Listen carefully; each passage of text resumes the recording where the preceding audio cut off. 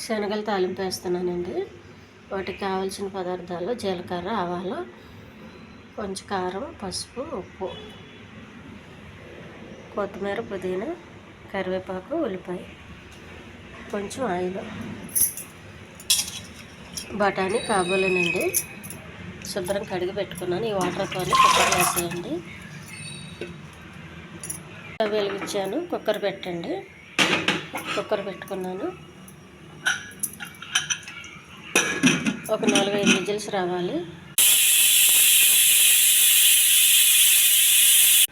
ఉడకబెట్టుకున్న శనగలండి, బఠానీలు ఒక హోల్స్ గిన్నెలోకి వేసుకోవాలి. వాటర్ దిగేంత వరకు వేడి చేయాలండి. కొద్దిగా ఆయిల్ వేసుకోవాలి. తాలింపు సరిపడగా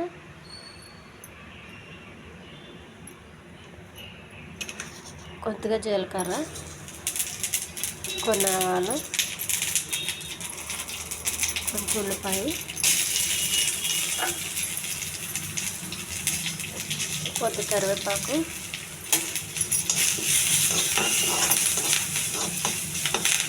కొంచెం బాగా వేగనివ్వాలండి. కొద్దిగా పచ్చిమిర్చి అండి,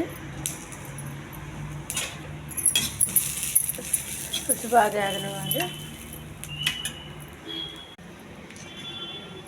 కొద్దిగా ఉప్పు అండి, కొంచెం పసుపు, లైట్గా కారం. కారం తినేటోళ్ళు అయితే కొంచెం ఎక్కువ వేసుకోండి. చిన్నపిల్లలకైతే అసలు వేయకండి కారం. పచ్చిమిర్చి అయితే సరిపోద్ది. అవి కూడా పెద్దగా కోసేయండి, వాళ్ళు తీసి పడేయడానికి సులువుగా ఉంటుంది.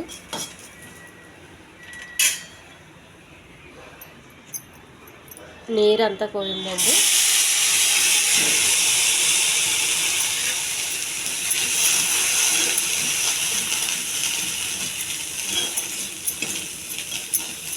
ఈ తాలింపు చాలా టేస్ట్గా ఉంటుందండి. స్కూల్ బాక్స్లో పిల్లలకి కొంచెం పెట్టేస్తే వాళ్ళు మధ్యాహ్నం బయట చిరుతిండ్లేమి కొనుక్కోకుండా ఇవి తింటారండి. చాలా బాగుంటుంది ఇలా చేస్తే. ఈ ఛానల్ నచ్చితే సబ్స్క్రైబ్ చేయండి, షేర్ చేయండి, లైక్ చేయండి, కామెంట్ చేయండి. కొంచెం కొత్తిమీర, పుదీనా అండి.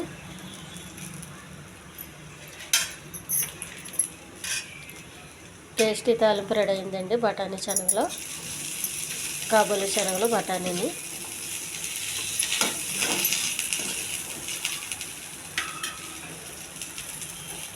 స్టవ్ బంద్ చేసేయాలి. ఇది వేడివేడిగా తింటే చాలా బాగుంటుందండి. చల్లగా ఉన్నా కూడా బాగానే ఉంటుంది.